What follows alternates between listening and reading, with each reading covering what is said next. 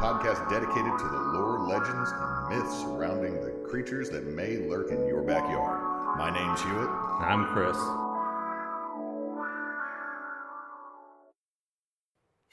How you doing, man? I'm pretty good. I'm going to be getting back into art. You can see that I got minis. Yeah, I see that. And terrain stuff for You're Nace's talking game. about drawing off. Yeah, I bought myself a new set of art pencils. Hell yeah! Like you Needed- get the basic set. Yeah, like kneaded eraser all the way from like 2B all the way up to like 2H. Yeah, I've actually been drawing too. So high five. I'm trying to find a cheap hobby. Yeah, I mean, but the thing is, it's like you have so many hobbies too. So it's Well, like I can't woodwork with Freya, because if I go out there, I can leave Vincent in the house and he's fine. But you can't really do that. I can't do that with her now. because she's 2. But also, she's learned if she puts a rag over the baby lock, she can twist it and then pull it, and it'll open up a door that has a baby lock handle on it. So She is outsmarted baby locks. she's learning. Yeah, like she MacGyvered an escape into the backyard, and I looked at, why the fuck are you on the swing while I was washing dishes? That's some fucking crazy shit. I mean, I guess that's like how kids are, though. Like Kids are like, there's no way. What the hell? This works. So yeah, Generally. I got some of those, and I'm going to order a new set of Micron pencils because I found my old Microns. Most of them are dried. Yeah, I have 2 art pads right now. One is like the how do we explain it? It's like the umber art pad where it's like the color is it's slightly tanned, I guess you would say, or it's brown. I forget what it's called. But I've been using that because it harkened back to when I was actually, like, I'm in school now, but when I was in school for art, where you would use like dark and light pencils. I've been playing around with that, and I need to. You reminded me, I need to go and get a new set of pencils because I can't find my white pencils. Did they go to Charlottesville? They went to Charlottesville, and they didn't come back. God damn it! It's been like what, 8 years now.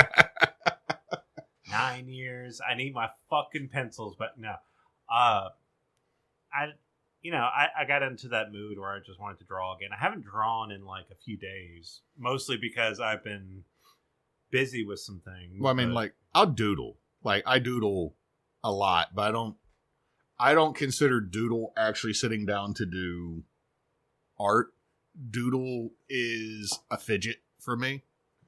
The other thing I've been doing, I've been making clipboards. Yeah. Made some for Frecky with Louisiana Deserves Better, and the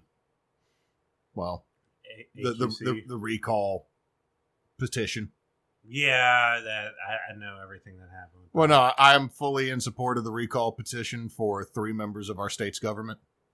Yeah, but like, no, I'm in support of that. I'm not mad about that. I'm mad about That one individual decided to lose their whole goddamn mind. Yeah, it falling apart. But no, like, I mean, Which on that note, doodling- hey, look, on that point, if you have medication, people that are listening, please take it. Please. It's better for you and everybody else as well. but when it comes to drawing, like, I consider doodling like at least some sort of artistic thing, even if it's like low on the artistic scale. It can never be as low as AI art. No, it can't be. AI art at best is like, let me get some ideas. Well, I mean, like, when the school year was running out and I didn't have students, I drew some of my D&D characters and posted them on TikTok. I did Aldrich, Phil Varel, Din, good old being allowed to play an awakened pug, and Wayward Son the Tabaxi. Oh, and Garrett.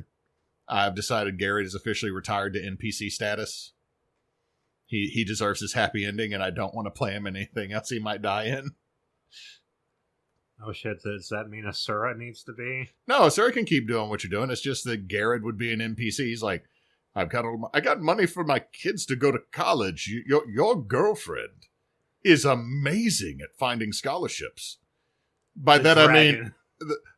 mean giving my children scholarships. Generational wealth is a motherfucker. I didn't. I'm a cabbage farmer. But no, I actually took a commission. Not, I didn't take a commission. I got a commission from one of Frecky's friends down in Lafayette because apparently they were looking for stuff. Because as it is with a lot of our friends looking for work, so I was like, okay, I'll throw something. I didn't just say it just because they needed it. I saw their artwork and I was like, holy shit, this is amazing. Let me figure out what I want. And I ended up doing my newest character. The other reason I want to get back into drawing is I have found the application to put into OBS that would allow different images to pop up when people talk. Oh. So, like, I know one of the complaints we had back at this last Extra Life about doing any of our online streamed games is that people might not want to see a little green light. Yeah. Be what's blinking. So, Emily's still thinking about Root. She kind of got discouraged for a little bit. I mean, I'm always here for Root. She got discouraged because just everybody's work schedule and also the way some things got phrased made it sound like nobody wanted to play. So she dipped back. Which, like, I think, it happens sometimes. There's like a communication issue. My wife just informed me the baby ate the entire cheeseburger. The entire cheeseburger. Ate as much as you, or half as much as you and me, but ate as much as her brother because apparently she likes Square Burger. Square Burger, good. Okay, I'm going to say, you want to know the whole reason I've been buying Square Burger? Why? Square Burger is $1 cheaper than Round Burger at Walmart. It's still good, though. I mean, it's the same fat content, supposedly. But I want to start drawing things because, like, I want to draw my armadillo for her game because, like, he's going to be like a little fuzzy armadillo, but he's going to have like the Russian style toboggan hat, and when he's going to be standing like this most of the time, and whenever it lights up for him to talk, if I can draw it close enough, it'll be the hands are like this and the eyes are open nervously. So you get to do all of that, just have fun, kind of flex the creative muscle. I want to do that because I think it would be fun. And also, do you realize what beer we're drinking? La Chouffe. Mm-hmm. Yeah. Oh, are we doing another one of these? Are you just now picking up that every time I've talked about one little fay with a red hat, I have bought La Chouffe.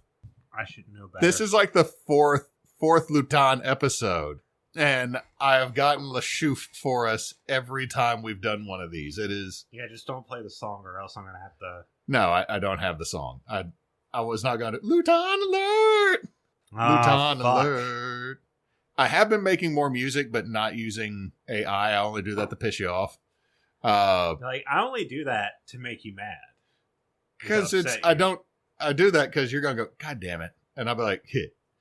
I've been using BandLab to make the Brouhaha theme song. Okay, yeah. Same one that I used to make the Backwoods Obscura theme song. So we're talking about the Lutin. A Lutin. Oh, Lutin adjacent. Have you ever heard of the Hob Goblin of Niagara? No. Okay, let me describe this gentleman to you.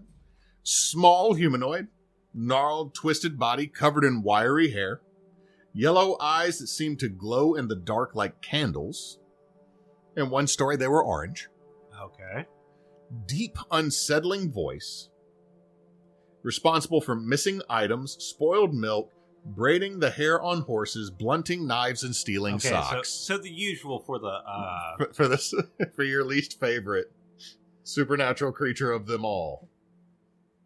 So like he's adjacent, but he pretty much does everything the fucking Lutin does. Well, I mean, he's a hobgoblin. Hobgoblins do a lot of the same things that a Lutin does.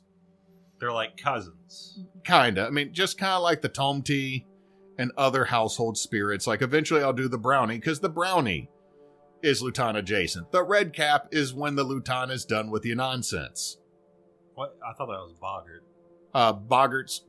Boggarts and brownies will be in the same episode together when I do. Oh, okay. So that's the thing. There's like many things that have similar names. When you piss off the brownie, they become a boggart. Yeah, that's what I thought. Which also boggarts are related to the origin of the name Hobgoblin. Okay. Now, Hobgoblin just means mischievous goblin. A lot of times they're just called hobs. So wait, so what is a goblin if not mischievous? Or am I putting too much D&D into my... Getting to that. The main difference between a hobgoblin and a goblin in most stories is that goblins are malicious, evil spirits and impish. Hobgoblins are more pranksters and like to tease and play tricks on you in your house. Oh. Goblins outside. They kill you. Hobgoblin stubs your toe inside your house because you didn't leave him a snack. You didn't leave a Rice Krispie treat where, Farkle could get it. So this is a far cry from what they became in D&D. Well, in D&D, it's like goblins are small, tiny. They're malicious, but they're also mischievous.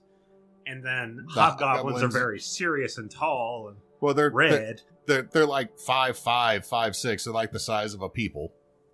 Yeah, they're like mostly the size of an average human. And then you get the bugbear. Which bugbear is... Which bugbear and hobgoblin both kind of have origins again in the same root word in Old English.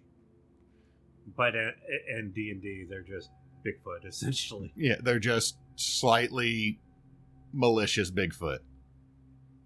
Now, the term first appeared in the 1500s as a combination of the word goblin for spirit and hob or hob, Hobbe, a nickname for Robert, but in slang of the time meant trickster. Robert. But so Robert used to be a nickname, or Rob, Bob, Hob, trickster, playful. How many Robs were back in the day just little shits as kids to where it's like, we're going to create a whole cryptid based off of you little shits? You are now an urban legend. Now, they are a household spirit. They do little chores as long as you leave them offerings and proper payment. They like milk, butter, and bread. And in some stories, they specifically like sharp, stinky cheeses. Oh, I can relate, yeah. We might be hobgoblins. We might be hobgoblins. Because we can be bribed with sharp, stinky cheese. Like, the stinkier, the better, I say. Frankie just steps out. I need y'all to mow my lawn. I have a whole wedge of aged cheddar. You say that, but the last Extra Life, they literally did that. I didn't get any of the cheese that night. I thought you did. No. I didn't get any cheese because the two questions I got right were no cheese rewards. That's why there's an outtake that goes, fuck, there's no cheese. Because that was the second time I got a question right, and I didn't get any cheese. I got one that had no reward. So wait, you didn't even get cheese afterward? No, because they closed it up, and I thought that no one else could eat it, so I didn't ask. I'm sorry. I got cheese blocked. I got cheese blocked too, but in a different way. Because I ate the cheese. Like, they gave me some cheese going home. That cheese did not survive. Although I did, that was the night my tire blew. So, oh yeah, that was a fun night. Yeah, you weren't that clogged after the tire blew. Well, that's all I needed. Unfortunately, it was in the car. I was so stressed it just popped out, I don't know. A tire blows and throws you up in the air. It might make a little bit. Well, the thing is, it didn't blow. Like, it didn't pop. It just... Oh, it farted out. Yeah. Now, they are related to brownies, boggarts, tomties, and lutins. The most famous version of a hobgoblin in literature is Puck from Midsummer Night's Dream. Okay, yeah. I know exactly who that is. So, and I will say this, the best description of Puck I've ever seen was listening to Nick Offerman's book, Paddle Your Own Canoe, when his little independent troupe in Chicago did it. The dude dropped down on like rappelling gear and wrote "fuck" on the wall, turned and looked at the audience, and then crossed the F to make puck and then dropped and ran off, and that's how they started the play. I can dig that level of silliness. Now, let me talk to you about the history of the Hob Goblin of Niagara. Now, in 1810, a young piper, John Carroll, was thrown in the black hole at Fort Niagara. It was solitary confinement. Oh, we're at... Okay. Fort Niagara up in New York, yes. Okay, so, like, I was thinking he was just thrown in a hole. It was a hole dug under one of the buildings. Assuming it's a hole. I was thinking of like a natural cave sort of situation. No, they literally dug a hole out underneath one of these buildings, built a trapdoor, and threw his ass down in it. So it was like the old school, like torture dungeon things where they oubliette. Okay. So now, depending on the story, he was put in the pit because of either drunkenness, desertion, or mistaken for another soldier who had mouthed off to an officer. Oh. So it's either try to run away. I can understand you not wanting to be in the military, but running away is a problem. Being drunk, that can be a problem. Or the one of somebody else mouthed off and you looked enough like him, so they threw you in the hole. I would beat the shit out of that dude personally the second I got out, and then get thrown back in the hole. It's like it was worth it this time.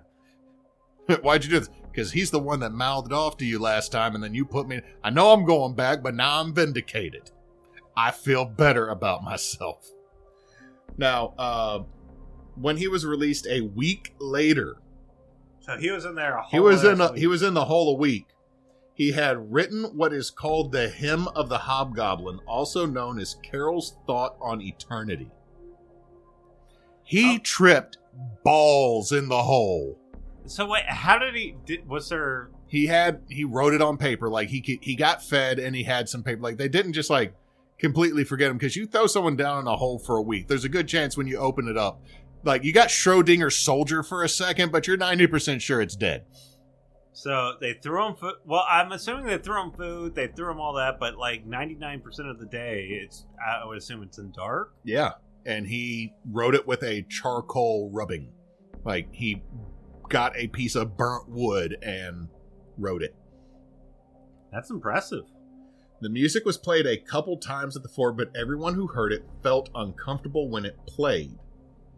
The hymn was destroyed or lost within the next 5 years.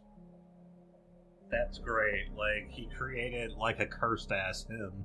Yeah, and it made people... let's come from this from like a completely straight standpoint. Okay? As opposed to a gay standpoint. I don't know. But I'm just saying, let's come from this like from a completely skeptical standpoint.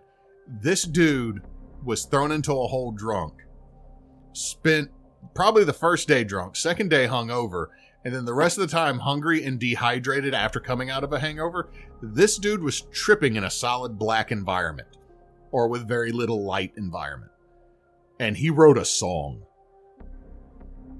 That would be trippy as hell to listen to. Just that standpoint.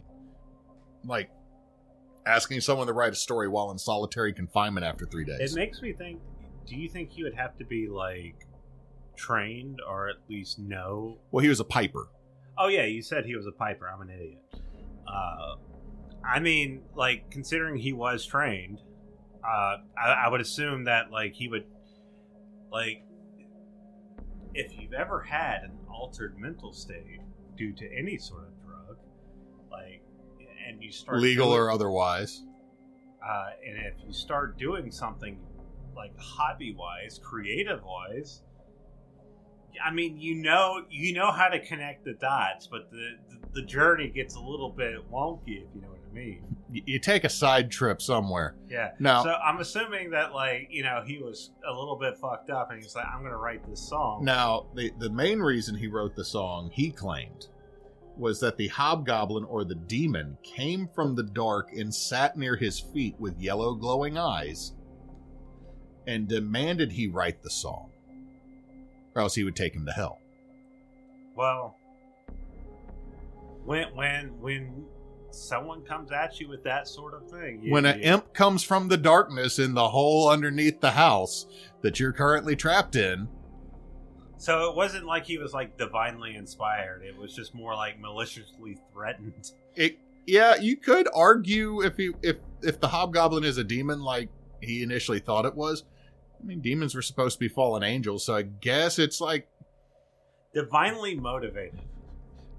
Formally divinely motivated. Divinely threatened.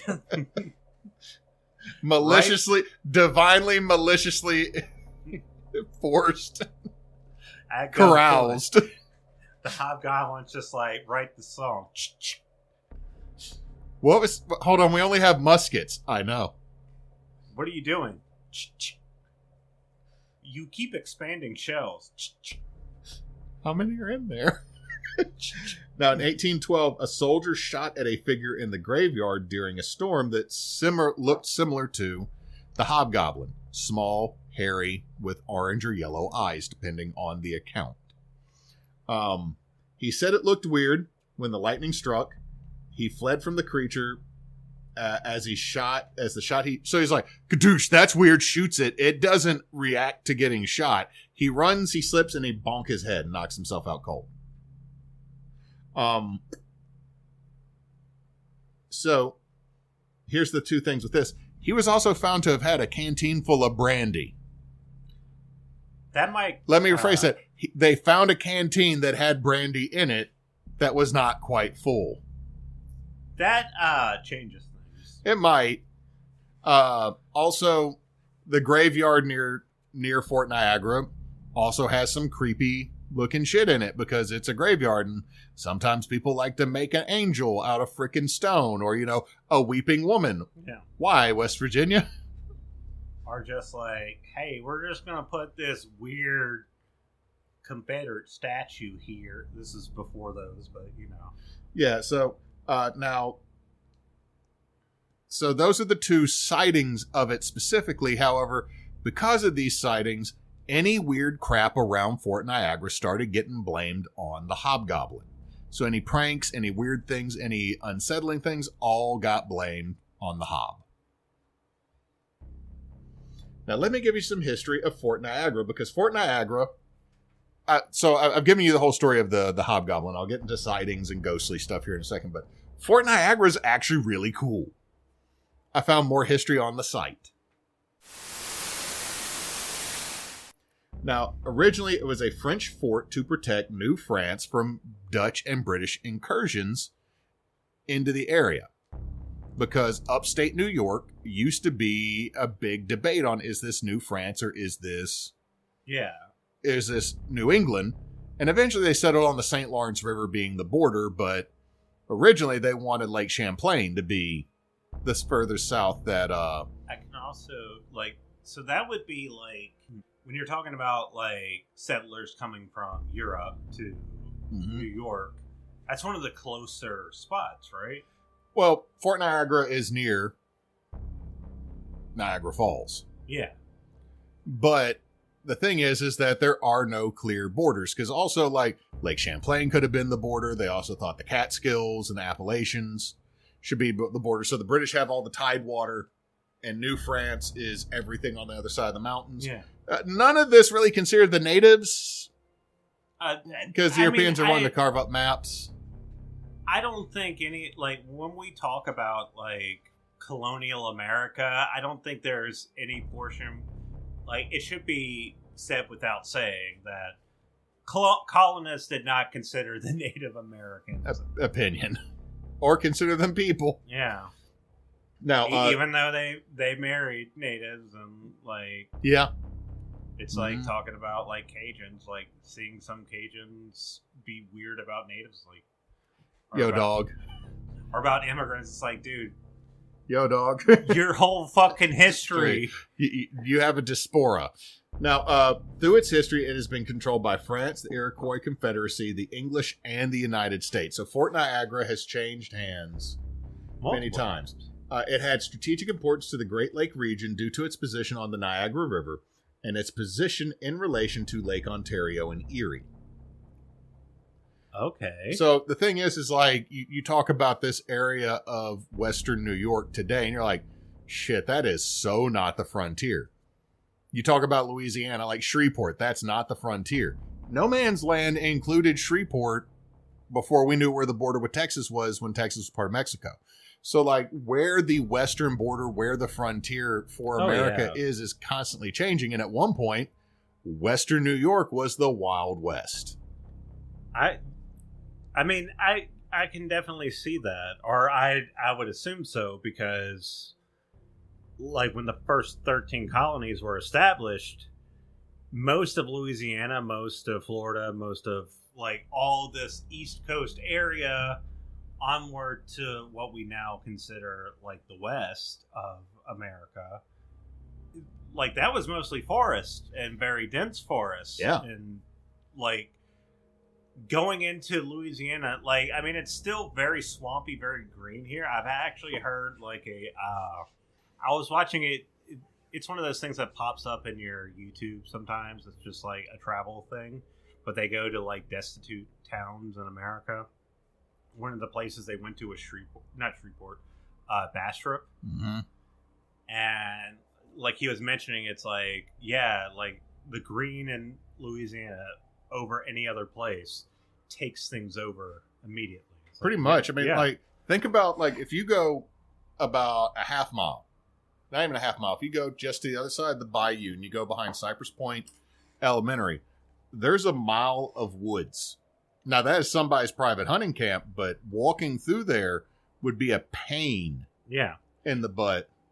Or, like, behind my house, like, in the winter, it's difficult, or it's annoying to walk in the woods. In the summer, you're not getting through there.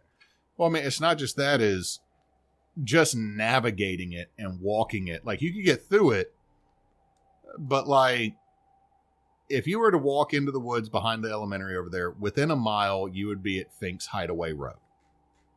But you would probably get yourself turned around at least twice if you didn't find a four-wheeler trail. That's how thick the woods here used to be. It's why Louisiana was navigated so much by natives by water, because that was just easier.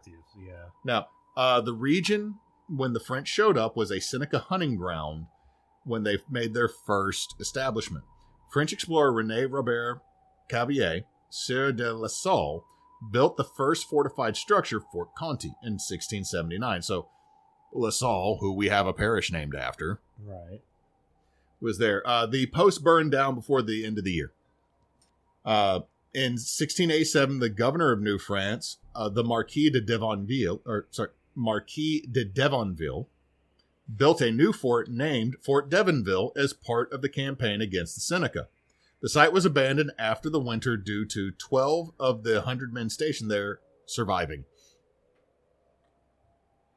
Oh. 88 of the 100 men stationed at the fort died.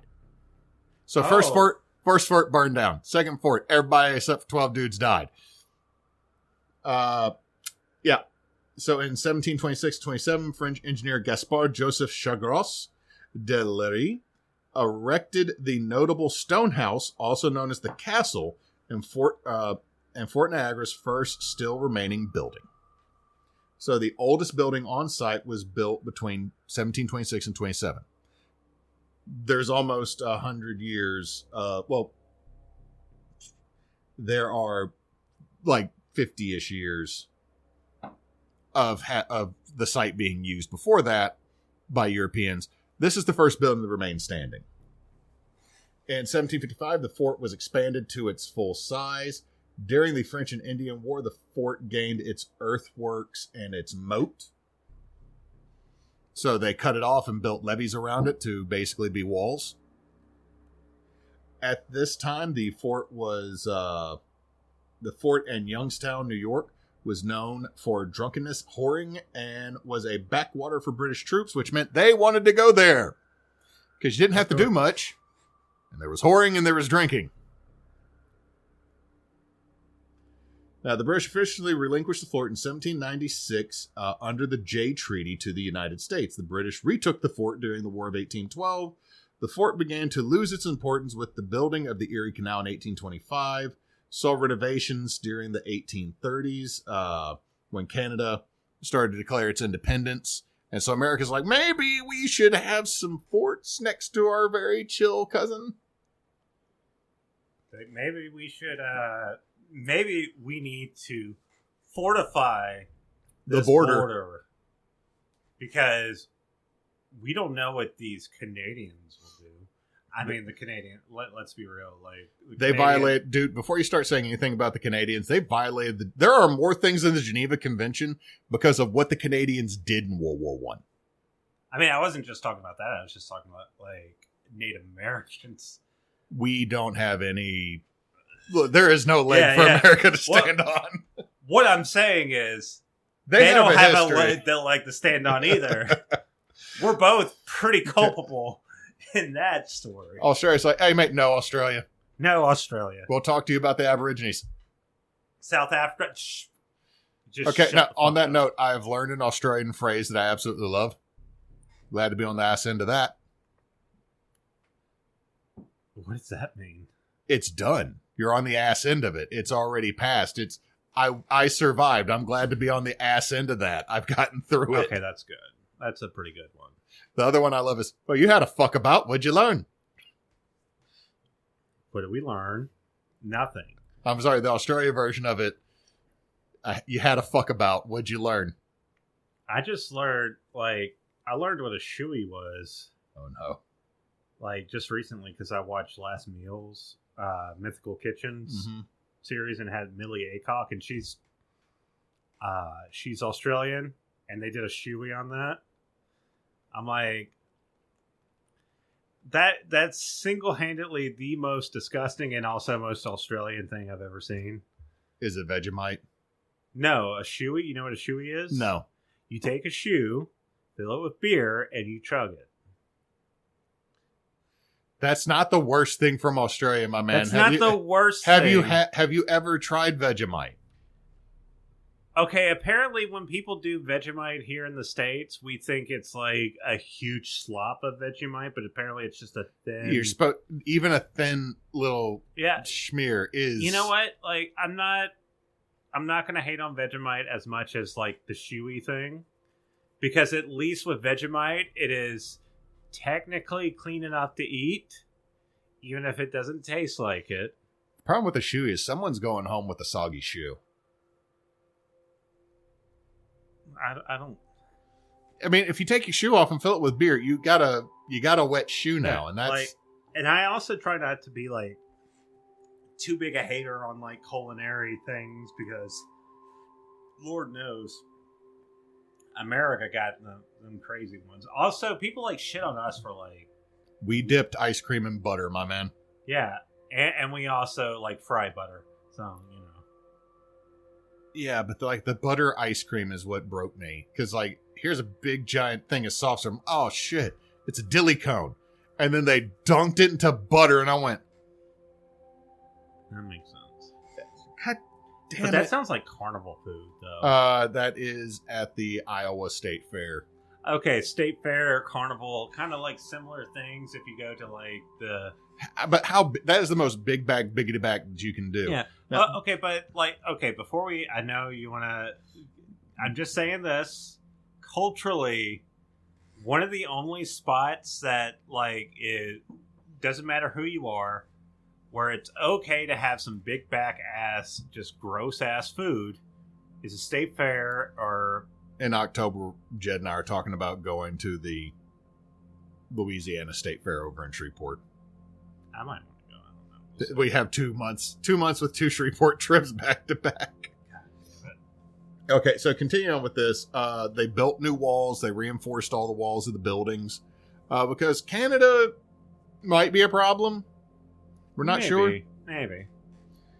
Now, after the Civil War, the old fort was mostly abandoned for new Fort Niagara due to improved artillery, leaving the fort as mostly outdated. During World War II, it became a prisoner of war camp. Nike missiles were stored there during the Cold War, so it regained importance as a missile storage and was officially decommissioned in 1963, with its air command status being moved to Seattle. It has some Nike Air Missiles. Yeah, they just have they got Jordan on the side of them, yeah. the Colonial Niagara Historic It's a District. very millennial thing to say. I'm sorry. They got to hit the pumps before they launch it. That's a visual joke. I don't know why I'm doing it. Pumps never helped. Pumps never help, but But felt they were good. always cool. But did you ever see someone that blew up their pumps and saw the powder Yeah. shoot out?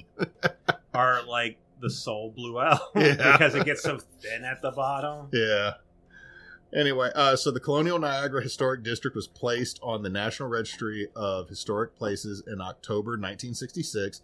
The renovated Fort Niagara now serves as Fort Niagara State Park and Museum and has welcomed over 200,000 visitors a year.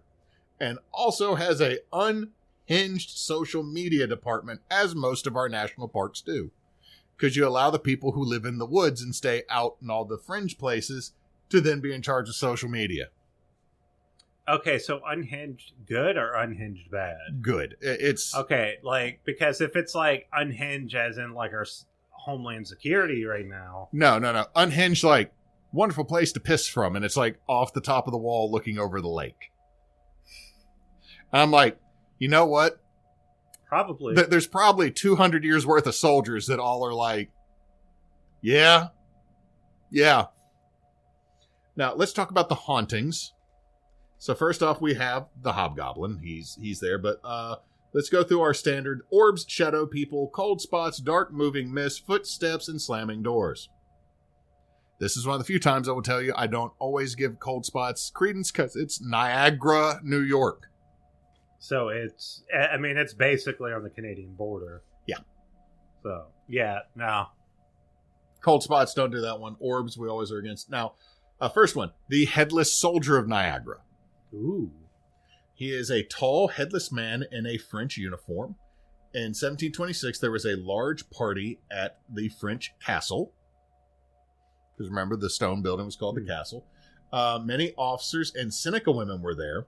The officers began to flirt with one lady, but another also began to as well. The two men got into an argument that turned into a drunken sword duel. The officer fell down the stairs. His attacker proceeded to stab the unconscious man to death and then decapitated him, throwing his head into Lake Ontario. Jesus. So it's like, dude, he fell down the stairs. He's unconscious. You won. It's like, no, we gotta No, finish this is the point of the thing. I got a sword. You get the point. Well, I'm not going to use the point. I'm going to use the shotgun. Now, he stabbed the guy and then decapitated his dead body. Yeah. So his body was then walled up, and the partygoers claimed the officer, who was also the third son of a noble, had gone on a scouting mission and never came back. So it's like, oh, wait, you just killed, like, the Baron's fucking son. Okay. We'll wall him up. He went on a scout. People die in the woods. People die in the woods. The Headless Soldier has been reported by soldiers and guests alike wandering the grounds pretty much ever since. He has been seen coming out of the well in the middle of the fort, like the ring style. Yeah, so he's Samara in Ringu, this. like. Now, here's the thing, like, Samara coming out is terrifying. Like a 6-foot+ tall headless corpse coming out of the well. I don't know, that'd be kind of funny though, because he'd be like, because she comes out like very like smoothly, even though she's trying to be scary. Yeah, I could just see this headless man being like, God damn it! Just like, you left me dead here again. It's just his head down at the bottom of the well. Wouldn't that be funny if like the headless horseman or whatever just went out to find his head, but it's always in the same place where he just left it? It's like, you know, like we are with our car keys. Yeah. And he just leaves it at home, and everyone's like, why don't you just go back to your house? You'll find your head. Now, most sightings of him are appearing in photos, a slightly blurry, a figure that was not there before. A lot of times he's off to the side and almost looks like an artifact, like if it was taken over other film, you would think that. But the Hob Goblin, anything that's kind of hinky that happens in the fort, they blame on the Hob Goblin. So it's kind of like when something falls over, it's the Hob Goblin. Well, it's like the little girl in the Feehole house. It's like the keys are missing. Oh, well, it was her. That kind of thing. However, milk spoiling 3 to 4 days before it's supposed to in the refrigerator is a little weird to me. That's somewhat weird, but it can be explained. Like... Silverware developing smudges. And I was like, did you use the dishwasher? Yeah. People feeling their hair pulled, feeling touched, their shoelaces getting untied. Anything they blame on the Hobgoblin. So it's just, like, generally speaking, if it's weird, it's Hobgoblin. If fuckery was afoot, it's the Hob. Okay. Now, they offer lantern-haunted tours at the fort. Several people on those tours have seen lanterns in other parts of the fort when they are the only people in there, and that gets attributed to the Headless Horseman. The Headless Soldier. I said Headless Horseman, that's my fault. Yeah. Like I'm bringing Sleepy Hollow into here. Well, not too far away. So that's the Hobgoblin and the Headless Soldier are the two major haunts. Where's Sleepy Hollow? Is that Massachusetts? I think Sleepy Hollow might have been upstate New York. I know it's one of it's one of those. It's in the New England. Yeah. Now, media. Hobgoblins in D&D are a name for a creature. Dobby from the poorly written and bigoted Harry Potter series is named after a Yorkshire Hobgoblin. So there's a Yorkshire Hobgoblin named Dobby. Hobgoblin, the Spider-Man villain. Hobgoblin beer from Richwood Brewery from England. Legendary locations with Josh Gate in 2009 went to Fort Niagara. Season 4, Episode 8 of Death Walker with Nick Groff went to Fort Niagara. Ghost Hunter Season 7, Episode 7, Fort Niagara. Ghost Labs Season 2, Episode 15. Okay. So it's had some people go there. And I would imagine, like, this is just the stuff that you found and felt compelled to put in the episode. Well, it's not just that. Is also with this, there's a whole lot of, like, TikTok stories and Facebook posts of people's personal experiences, but I don't have a way to verify them. Also, it's the problem that you run into with a lot of these stories that we've been going into. Is like we hear things about this, like Roswell. And then when you start digging into the facts, there's not actually like concrete. The story of the story is bigger than the actual story. And with this, instead of like with Roswell, which is in an era where that's recent enough to where we can have like recordings of it, this is like colonial era. And the problem with the colonial era stories is it's word of mouth. It wasn't necessarily written down. So you've gotten this telephone game from 1700. And again, it's like if I was to talk about any battleships that have been around long enough that have seen, like if you go to the Kidd down in Baton Rouge, or if you go to any of the surviving World War II ships. I forget what the one is. You see it every time you go to Mobile. But you go there, and if you go on that and it was a World War II ship, there's tons of ghost stories that are all... word of mouth, but it's like, oh, I saw something walk through the bulkhead. It's like, cool. So there's not a lot to be documented. There's just the stories. Yeah. My sources. Wikipedia for links and additional sources, and some of the information about Fort Niagara.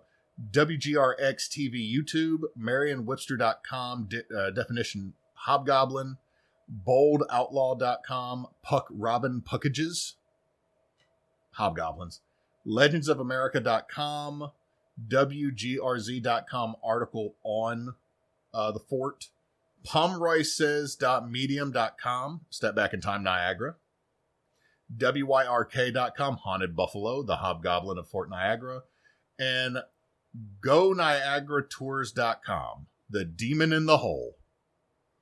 Well, this was definitely interesting. When we first started it, I thought it was going to be like strictly like a Lutin sort of situation, but it really morphed into like obscure history, and well, not necessarily obscure history, but like very local history from the colonial or New England area mixed with like ghost stories and everything. Like this is actually like one of those interesting places I would actually go to see. It's neat. It'd be like going to Williamsburg or taking the boat tour to go see some of the old forts down in South Louisiana that we don't use anymore. Or even just going to like Gettysburg for me. Like I've never been to Gettysburg, so I like to just go. It's neat. Yeah. I mean, we're in the middle-aged era, so we're in that like pick your historical event to be all about. And I think we've both in a sense, have picked like American history in some sense. Mostly because we're American. Well, I'm not going to lie. One reason that I'm looking at a lot of American stuff is we're doing Backwoods, and I'm sticking to the Backwoods that I know. Yeah. Well, the thing is, it's like when I do like research too now, it's like especially learning about UFO stuff. It's interesting because a lot of UFO stuff. I mean, there's UFO stuff all over the world, but America has a healthy dose of it. Yeah, especially because we get it mixed in with like American government conspiracy theories and everything like that. It kind of just blends together very well. But yeah, anyway, we are Backwoods Obscura. We release every Tuesday. We're also Brouhaha. You'll see that occasionally pop up on this feed right here until we decide to move it to its own thing. But we're also Team Bonus Action. Team Bonus Action is a group of friends who like to play TTRPGs and other games online when we get a chance. Currently, at the time of this recording, we are recommending donations to the Trevor Project and the ACLU. But if you listen to this later, especially after August, we'll be switching over to Extra Life Season for our donation recommendations, where we will ask you to donate to the Children's Miracle Network of Hospitals, specifically Children's in Jackson, which is where my son used to go to for neurology. So we can help parents not have to pick between bills and paying for their child's medical care, or especially since we're going to be getting into that season sometime soon, pick between Christmas gifts and medical bills for the children. And with that, I hope you have a good day or night or whatever time it is over there. It's going for your knife, Chris. Oh, no. You're going to blunt it.